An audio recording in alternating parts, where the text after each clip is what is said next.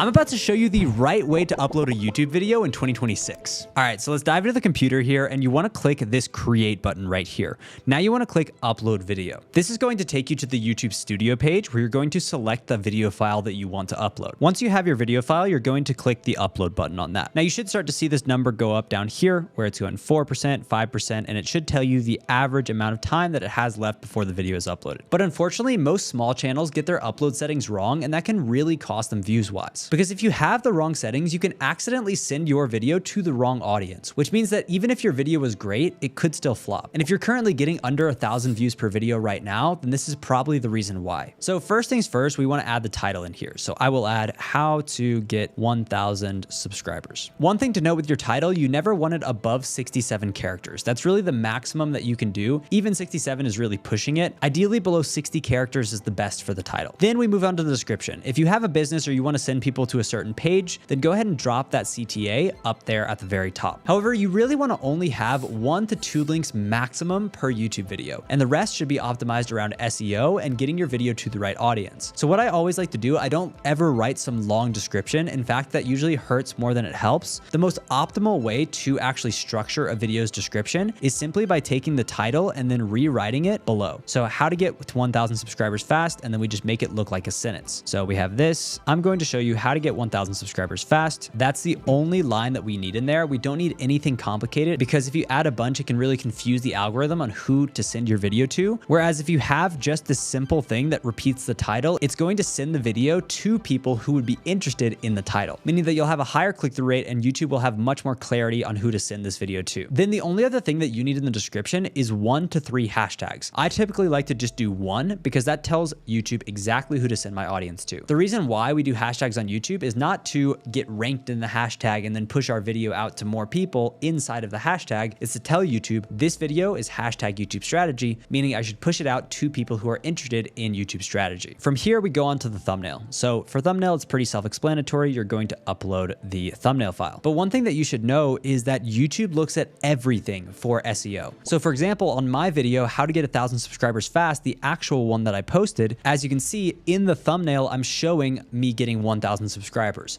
YouTube's AI is extremely advanced, and it actually analyzes your thumbnail to see if it's in line with your title. So you don't want to have a completely separate thumbnail from the title. Always make sure that there's congruency. And ideally, if you can have the word subscribers in the thumbnail and the title, and then you have 1,000 in the thumbnail and the title, then that is going to really, really help you SEO wise. The other thing on this part is the actual file name. So this file name was David Precall version 3, which for this video would not actually have worked well. Everything on your video is metadata. So when we uploaded this, what we should have actually done is renamed this file name to how to get 1,000 subscribers fast, and then uploaded that file to YouTube, because then the metadata would be in line with the overall angle of the video. And another important thing is that YouTube also analyzes the first 60 seconds of your intro. So make sure in your intro, you have an intro that sounds similar to your title. So for this video, I would say something like, I'm about to show you how to get 1,000 subscribers fast. That should be my intro line. That way there is congruency around the entire thing. Then if we go down, we don't need to select a playlist unless it is a part of a playlist that you have, but the really important part is audience. So right here, you can see, yes, it's made for kids, or no, it's not made for kids. A lot of people will think, oh, well, my content is made for kids, right? Like kids can watch it, so I should put this one. But the problem is with that, then it only gets pushed out to kids. So essentially, if your content can apply to adults, always put no, it's not made for kids. The only caveat to that would be if you have a dedicated kids show that you are creating. Next, we go on to the advanced settings. So first thing, you do not want to restrict your video to viewers over 18. Even if it is a more profane video, typically you just want to leave this off, because if you click this, then this is going to significantly lower the reach of your video. From here, we go to show more. If you have a product endorsement, then you're going to click paid promotion. But if you don't, then you're going to leave it blank. And that would just be like a sponsorship. Next, we want to say no on altered content, unless you are using AI in your videos. However, if you are using AI, say yes. The reason for this is because YouTube knows that certain audiences are more inclined to watch AI videos, so they'll push them out more to those people. Whereas if you say no, it'll just get pushed out to the normal audience. Next is collaboration. collaboration. And this is a great tool. If you are doing the video as a collab with somebody else, then you can go ahead and invite a collaborator. But for all of you guys who don't do that, then don't worry about it. Next, you have automatic chapters. I like to turn this off because sometimes I'll put my own chapters in the video, but even if you don't and YouTube has that on, then oftentimes they'll actually put the wrong chapters there, right? Because they're using their AI. It's okay. It's not the best. And sometimes it just kind of messes up the video. It's a minor thing, but I would recommend turning that off. Next, we have featured places. Now, unless you're in like a certain city, like New York City, or you're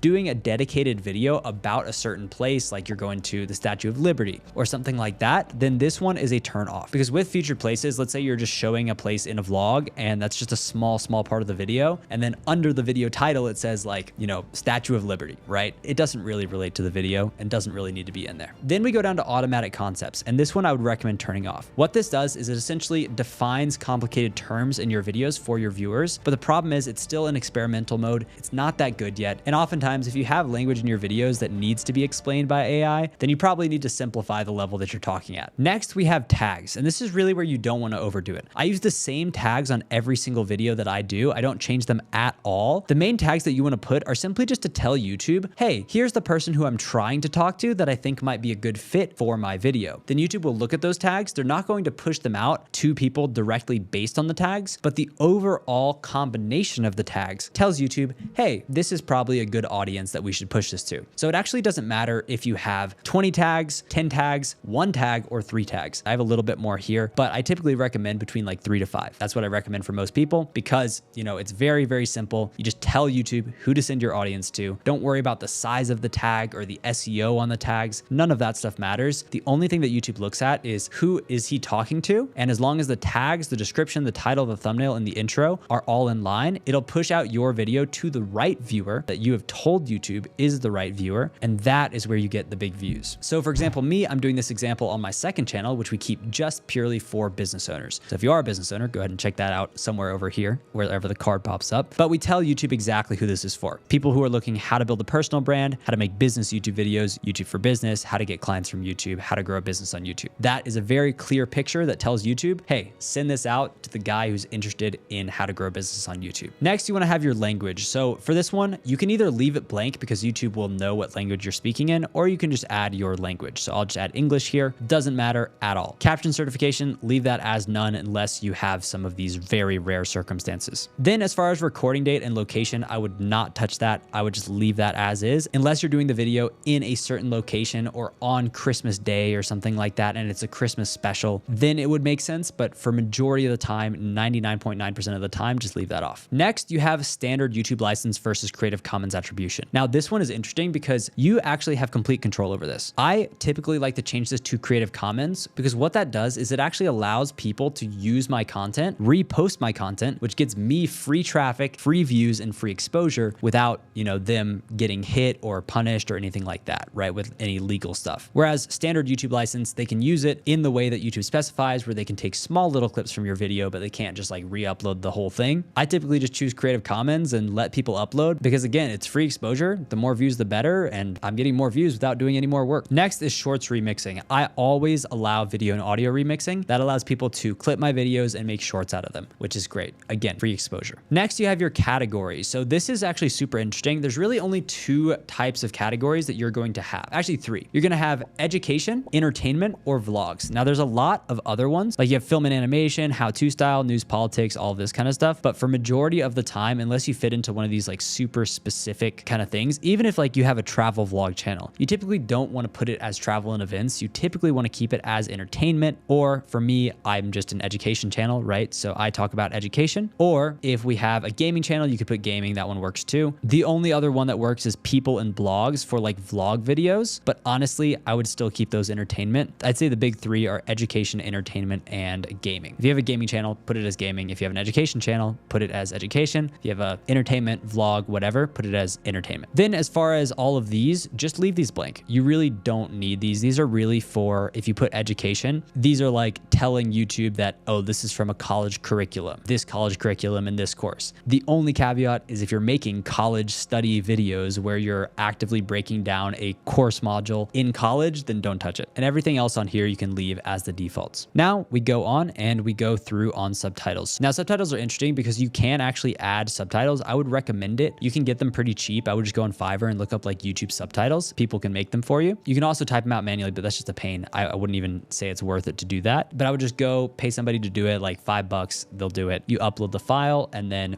boom, you're good. The other option is not doing that, and that's completely fine too. But then we have our end screen, and this one is actually really important. So most of the time, what you want to do on the end screen is you want to look for the point where you say, hey, go watch this video next. For this upload, this is just me and my business partner, so we did not do that in this video, but you want to actually use one of these elements. Then you want to delete the actual subscribe element, choose the specific video that you want to send people to. So we'll send them to this one, and then we're going to put this right in the middle or wherever you point. So if I were to point like right here, then I could put that video like right there. Then you want to make sure that the video, it's actually like the length that you would do it. So you want to look when you say, hey, go watch this video next, and then start that by dragging this bar right there and then end it where that ends. So you can drag it like right there, right? And let's say it starts here, ends here. You want to drag that, make sure it shows up at the right time. Cool. Go ahead and save that. Then we have cards. Cards really aren't that important unless you have a certain part in the video where you need a card. So like, for example, when I mentioned my business channel, the card showed up. That's the only scenario where you would use that if you're mentioning another channel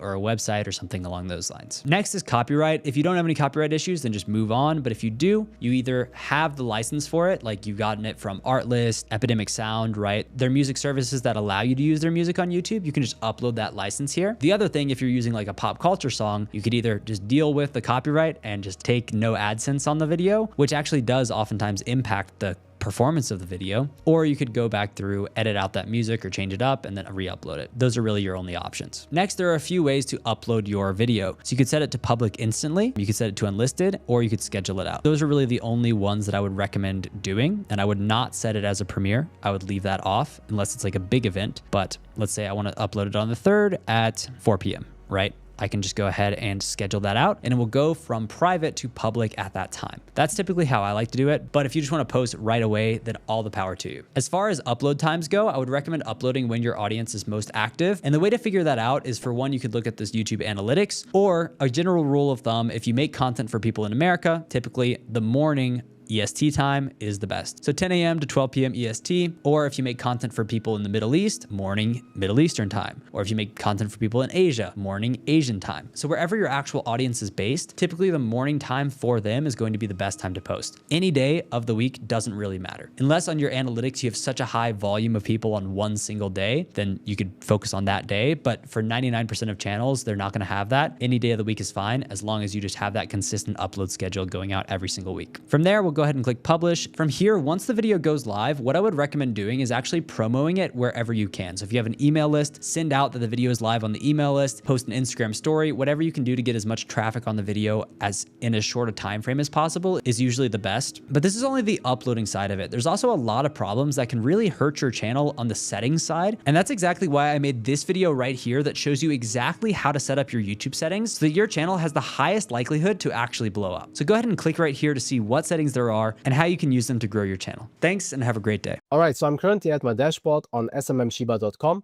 and do not get confused by the website names. SMMShiba and SMMDodge are actually the same website. So all you have to do once you've created yourself an account here is to go on list, click on this category icon, select, and here you want to select something, basically any option that says from with video.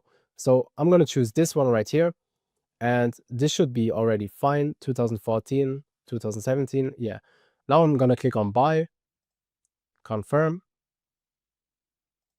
And now you can go onto your product orders and you will see this is pending. All right. The order is now completed. This didn't even take 2 minutes.